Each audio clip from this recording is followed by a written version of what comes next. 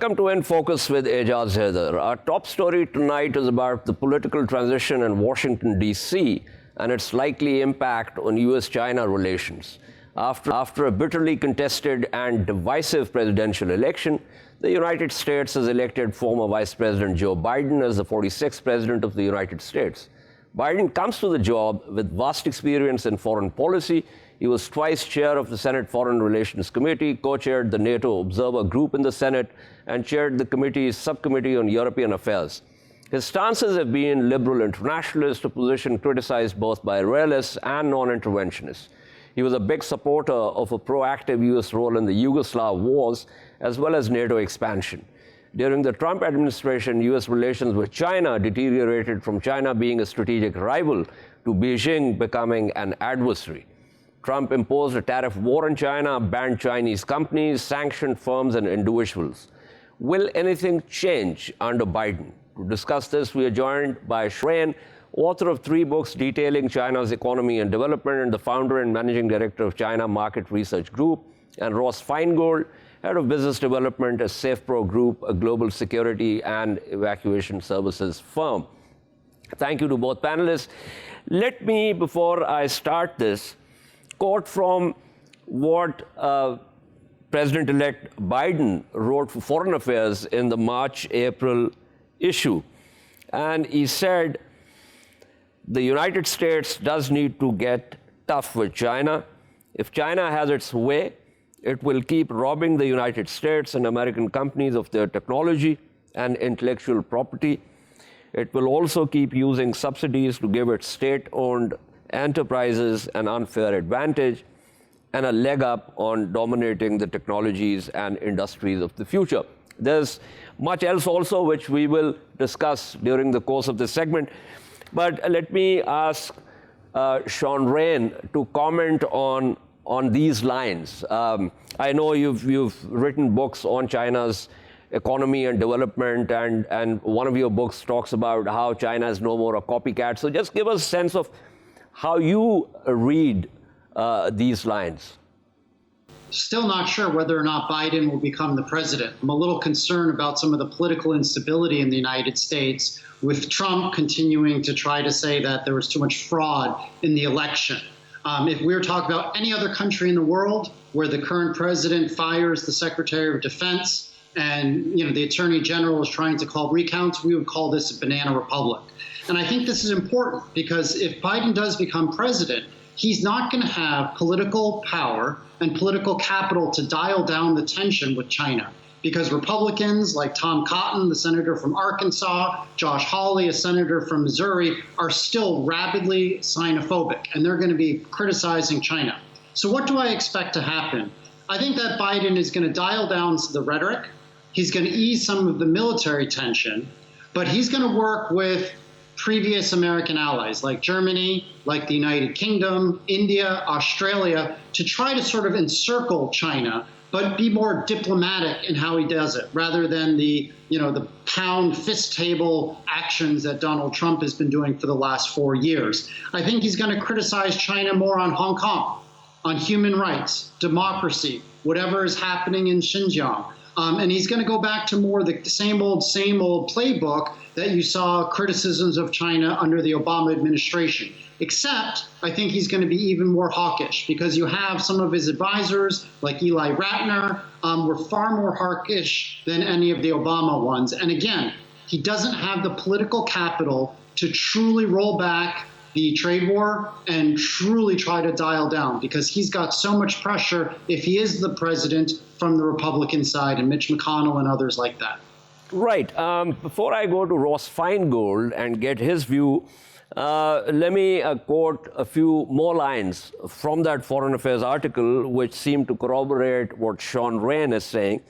And Joe Biden writes, the most effective way to meet that challenge, the challenge of China, is to build a united front of U.S. allies and partners to confront China's abusive behaviors and human rights violations, even as we seek to cooperate with Beijing on issues where our interests converge. We'll come to that also, but this seems to corroborate what Sean Rane is saying in terms of getting the allies to have a face-off with China, but also finding areas of convergence. Ross Feingold, how would you read the lines that I earlier read and for which I sought Sean Raine's opinion?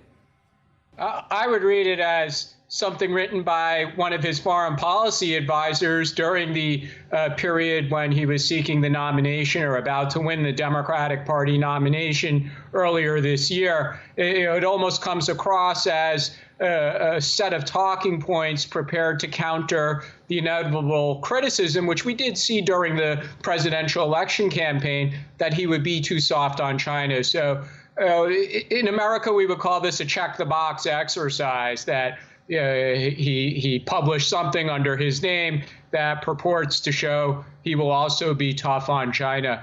Whether he will or not, or whether the rhetoric will dial down, or there'll be rhetoric but no action, or there'll be rhetoric and action, these are all great question marks. One thing I thought was very interesting about your introduction to President-elect Biden's history was you mentioned several things related to Europe. And that actually is something that a lot of our American politicians are unfortunately guilty of. They seem to be more comfortable traveling to Europe, talking about Europe, and familiar with Europe than they are about this part of the world here in East Asia or South Asia. And that's unfortunate, but I think we've seen a pattern of that through several administrations. Whether they have one or two Asia experts, they always seem to have several more persons who are more familiar with Europe.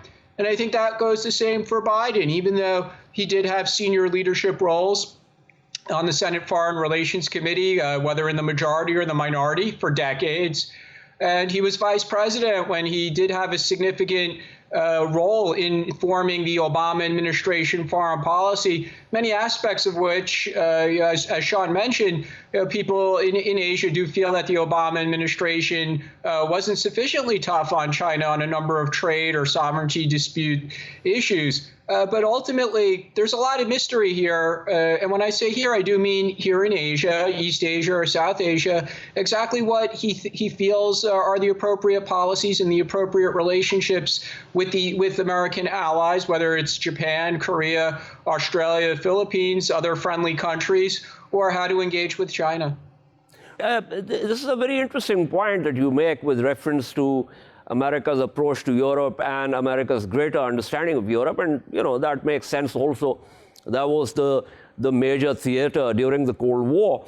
But I would think that, there is a fair amount of expertise now within the U.S. policymaking circles with reference to China, to East Asia, and also the pivot to Asia policy, frankly, is something that's been unfolding for many years now. So I'm thinking that Joe Biden will have some of those people around him who understand the region and will be able to guide him with reference to their expertise.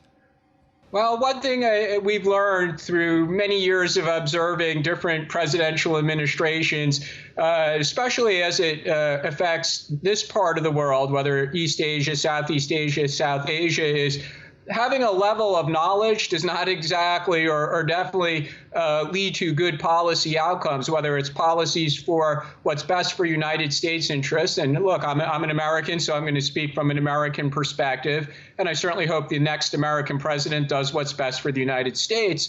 But we're looking at it from a bilateral perspective with important relationships, or from a multilateral perspective. And frankly, I think that does apply to the Obama administration's policies in this part of the world, which Biden did have a significant part in forming. That there may have been some knowledge level with the various advisors, whether it was in the White House, the National Security Council, State Department, or other agencies of the federal government. It didn't necessarily lead to good policy outcomes. And on a number of issues, many administrations, but again, I'll point to the Obama administration because Biden was part of it, they get things wrong. Right. Sean Raine, as I said in my opening, most of the positions that Joe Biden has been taking are, what you can call liberal internationalist or perhaps Wilsonian or call them neoliberal. And if he continues to take those positions, it will be interesting to see how he approaches China, for instance, with reference to Hong Kong or with reference to Xinjiang, and how he approaches India with reference to the extreme oppression of the Indian state in what we call occupied and now illegally annexed Kashmir. Now, is he going to be consistent in terms of those approaches, or do you think that that is where his neoliberalism or liberal internationalism will be tempered by realpolitik? He's going to continue to work with India because they like to view right now the democratic countries. I don't think the United States has ever really been a friend of Pakistan or of China. And he's going to continue working with India as a way to bulwark against China's rise. But I think you and Ross brought up an interesting point that I wanted to touch upon is, does the United States, do the policymakers have adequate knowledge of China, Pakistan, India, and the region? And the reality is they don't. I did my graduate studies at Harvard, and a lot of my professors in Chinese history and politics don't speak Chinese, and they never actually have lived in China. You have a lot of media people like Gadi Epstein, who was the bureau chief for The Economist in China. He lived here for 10 years. You have to give him credit that, but he still doesn't speak Chinese. And after leaving China for another 10 years or so, he has been The Economist China affairs editor. So you've got a lot of people, from academics to journalists to actually policymakers, who are advising presidents for generations on what to do in Asia, and they have no experience actually living on the ground here or in speaking the language. And then you get people like me. I'm American. I love the United States. I'm a patriot. But they would view me as a traitor or a turncoat because I've spent too much time in the China market. And that's one of the reasons why I do expect there to be a mix between neoliberal and realpolitik. People view China as an enemy, and they don't truly understand the nuance of what Xi Jinping and other leaders are doing in the region. I really wanted to ask your view on this thing. Sort of, there's a refrain with reference to China stealing, industrial secrets and, also using subsidies to give its state enterprises an undue advantage and the rest of it. Now, since you have authored 3 books on China's economy and development, tell us, how far is this correct? I mean, is China now still relying on technical know-how from other countries, including the United States, or do they have their own indigenous R&D reach a point where they don't need to do that? Building up its indigenous innovation capabilities. The Chinese government has announced a $30 billion fund for semiconductors. So it's true that China relies on the United States still in the semiconductor space. But what's not true is that they're stealing it. Actually, Huawei bought over $11 billion worth of technology from American companies alone in 2019. So, Qualcomm sells about 66% of their total business is sold into China. Intel sells more into China than in the United States. Texas Instruments sells about 44% of their global revenue into China. So it's a bald-faced lie that China is continuing to steal technology at the government level. You've even seen the CEOs of Google, Apple, Microsoft have all admitted on record when talking to Congress in the United States that they know of no cases where the Chinese government is actively stealing technology from those 3 major companies. It's a red herring what the United States is doing. Now, but again, on semiconductors, China's still relying on the United States. But when it comes to other mobile services app, fintech, innovation, China's 3 to 5 years ahead of the United States and Europe when it comes to fintech. That's why you have companies like Alibaba, Tencent, Douyin, TikTok are years and years ahead of the United States. So China is no longer a copycat nation. In fact, I'll give an example. 15 years ago, I used to look around the China market and I would try to see what could Chinese companies copycat from the US and bring to China, and I would try to invest in them. Now, I'm doing the opposite. I'm seeing what great innovative Chinese companies there are that we can copycat in the United States and invest there. And that's why you see Lime, bike ride sharing is a pure 100% copycat of Ofo and Mobike in China. The United States now is copycatting China. Very interesting. Let's talk a little more about that. But before that, let me pull in Ross Feingold here. Ross, you live in Taiwan. How are the Taiwanese looking at this political transition? Well, there's certainly a lot of concern among commentators, the government, the public. The Trump administration took a lot of actions that were seen here as very favorable towards Taiwan. And that's not only weapons sales, but speaking out against actions that China takes that restricts Taiwan's ability to participate even as an observer in international organizations, increased pace of military exercises to help relieve some of the pressure that the Chinese military is putting on the Taiwan military. And again, there's concerns that Biden himself or the people who will join his administration will return to policies that we saw in previous administrations, including the Obama administration, that were not as favorable towards Taiwan as the recent years or the final 2 years, it would be accurate to say, of the Trump administration. So there's been a lot of concern, but the interesting thing there is the government here in recent days has made a lot of effort to send a message to the public and to the media that as a government, we don't favor one political party or one president over the other in the United States, that the government of Taiwan will work with whoever is elected as the president of the United States. And then also emphasizing that they have bilateral support in the United States Congress from both Republicans as well as Democrats. Right. Thank you so much. That was Ross Feingold speaking with us. I am also joined by Ambassador Zamir Akram, a former Foreign Service officer who's held various diplomatic assignments in Pakistan missions abroad.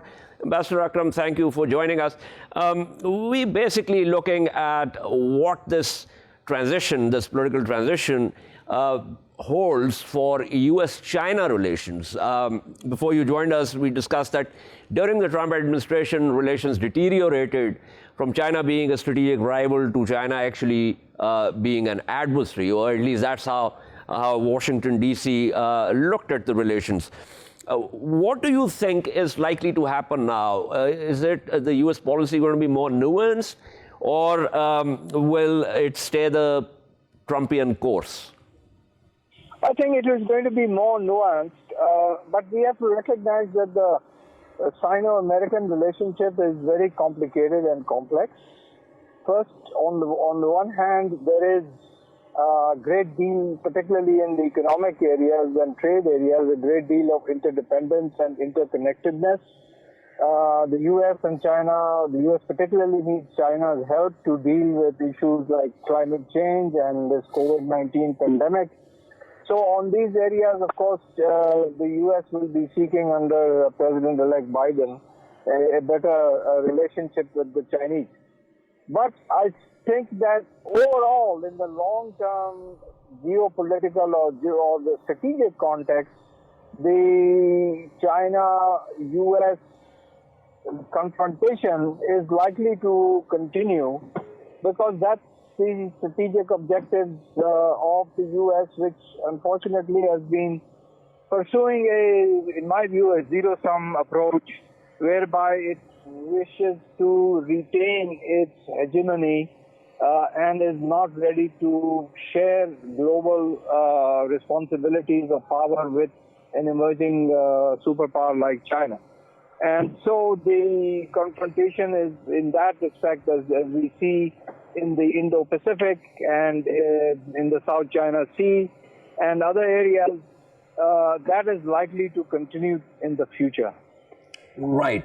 Thank you so much. That was Ambassador Zamir Akram speaking with us. Before I wrap up the segment, Sean Rain, some interesting issues. For instance, Ambassador Akram talked about the areas of convergence.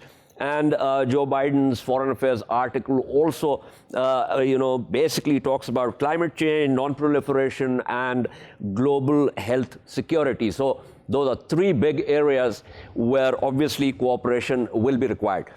However, if in other areas the course remains the same, then there's going to be, unfortunately, going to be the kind of friction which might also hamper, cooperation in these three major areas that Biden himself identified. Yeah, I worry about tension, but I think the Chinese government is willing to work with Joe Biden.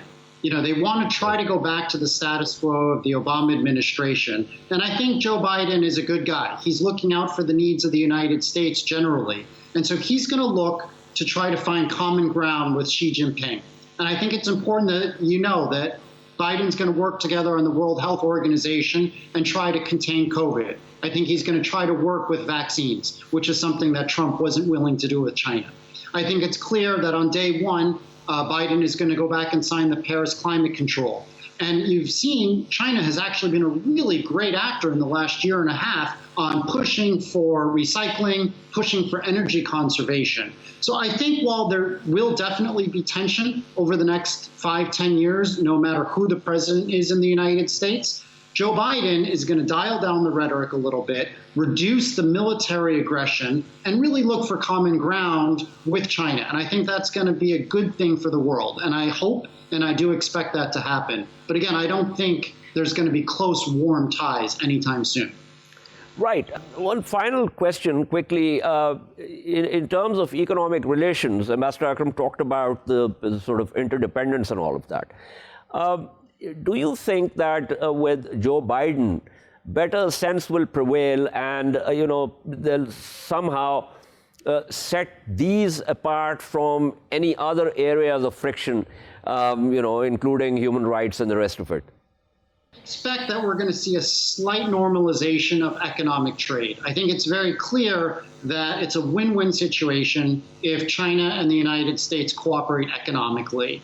Clearly, the trade war has been a total failure. China's actual share of manufacturing is going up. You're not seeing American companies reshoring back to the United States. Most of them aren't leaving China, or if they are, they're going to even cheaper markets like Vietnam. So I think what you're going to see is Biden is going to look for more economic trade. But I think if I were advising Biden, I would tell him you need to continue to criticize China about protectionism, because there is a very uneven playing field still between state-owned enterprises and actually private Chinese companies and multinational corporations. This is something that I actually think Trump was correct to criticize China on, but he completely missed it and hasn't rectified it through the trade war, which was more about Chinese buying soybeans and other agricultural products from Iowa and red states that would vote for Trump during the next presidential election just passed. Absolutely. Thank you so much. Always a pleasure speaking with Sean Raine. We shall take a short break and return to discuss the rising cases of COVID-19 around the world and in Pakistan. Stay with us.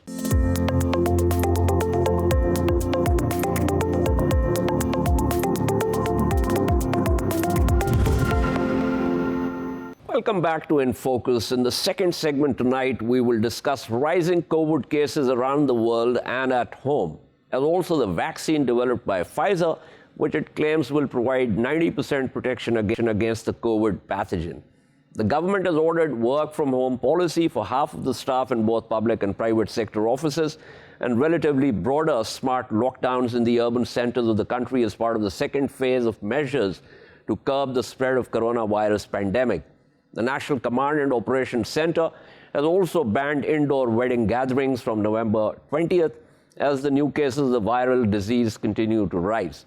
Terming them non-pharmaceutical intervention, the NCOC said that these measures would remain in force until 31st January 2021 in the major cities with high positivity and higher disease spread potential. To discuss this further, we have with us Dr. Unat Mas. Dr. Unat Mas is a professor of immunology at the Jackson Laboratory in Connecticut for genomic medicine, and Dr. Samia Altaf, a physician and public health specialist, currently associated with the Lahore University of Management Sciences. let's begin at home. Dr. Altaf, NCOC, as I said in my opening, has taken a second phase of measures. It seems the caseload is rising. Last we spoke on this program, you had given a more optimistic view, and you said that this is more about clusters. Do you still hold on to that view, or do you think the situation on the ground is changing? Oh, I still hold on to that view. I think that this is in the nature of this epidemic, how it is panning through our populations and our communities, and this is to be expected. The numbers are expected to increase, especially because this is also the time of the flu, and there is pollution and cold weather coming in. So that I'm not too much concerned about the numbers that the government is quoting. And also, I think the government also is a little bit,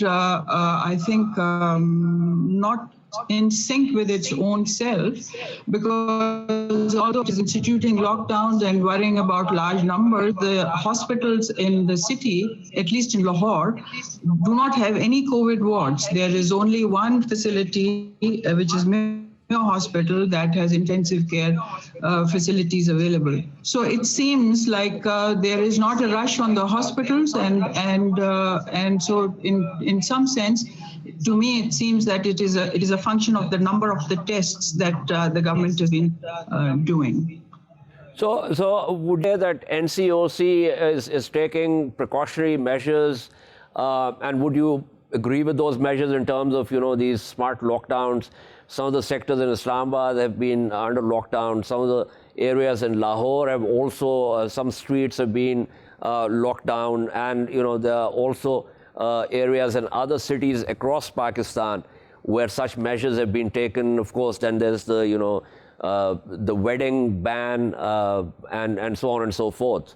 So is this something that you would agree with in terms of precaution or preemption, or do you think these are harsh measures? No, I think what is important to keep in mind is that the virus is still within the communities, so people will continue to get sick. So people who are vulnerable need to be protected, and people who are going about their daily business of their life need to be very conscious of this fact that there's a disease going around, and they need to protect themselves. So this inhibition on clusters and on wedding congregations and large prayer congregations, etc., is very good. They should be in place. But I'm not sure that the lockdowns are going to be very helpful, because the purpose of the lockdown is that you basically contain the disease within that locality. The disease does not go away. It's still there within that locality, but you use that time to prepare yourself, either your hospitals or whatever other infrastructure that you are going to do. I don't see that happening anywhere. So to me, it's a little confusing that what is the purpose of the lockdown and what exactly is a smart lockdown? Because if the lockdown has to be useful and has to work, then it has to be conducted in the way lockdowns are, which means that you provide people with food and you provide them with medicines and you take care of people who become sick. Just locking people up and saying you can't open your businesses and you can't go anywhere does not help, because we found that that's exactly what happened when the government instituted the lockdown earlier in March. Okay. So yes, the inhibitions on congregations and the use of masks and being careful is very important, and that should be reinforced.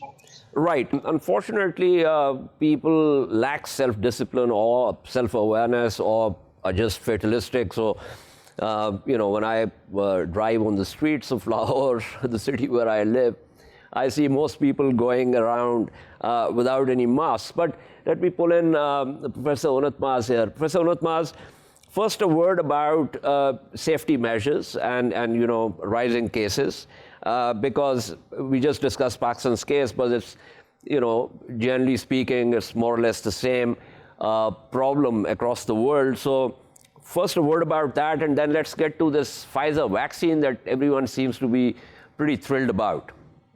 Yeah, I think in terms of the safety measures, we can really divide the world into two parts. There's the West part and some parts of Asia, and then there's the Far East. It's almost like there are no viruses in certain countries like Taiwan, Singapore, China, very little in Japan and so on. Whereas in Europe, US, and parts of Asia, I think particularly India, Turkey included, there's an enormous resurgence of the spread of the virus. And I think this really has to do with the way society functions and how, as you pointed out, how seriously people take as a society these precautions, and they really do help. I mean, wearing masks and social distancing, and especially now that the weather is cold, people are inside, being very careful indoors is really crucial. But certain parts of the world were very relaxed during summer, and now we're paying that price, and including U.S. and many countries in Europe that they had to do almost a complete lockdown because their healthcare systems started to collapse. In terms of the vaccine, that's a great news, not just a good news, but a great news, because the results are better than what we would have expected. We knew that the vaccine for this virus was going to be possible because the virus has a lot of weaknesses, and our immune system is extremely good at exploiting those weaknesses and developing a proper response in terms of antibodies, in terms of other immune responses such as T cells and so on. And that's why most people actually, recover from a mild disease or even asymptomatic, and they seem to be immune to at least for the very large part.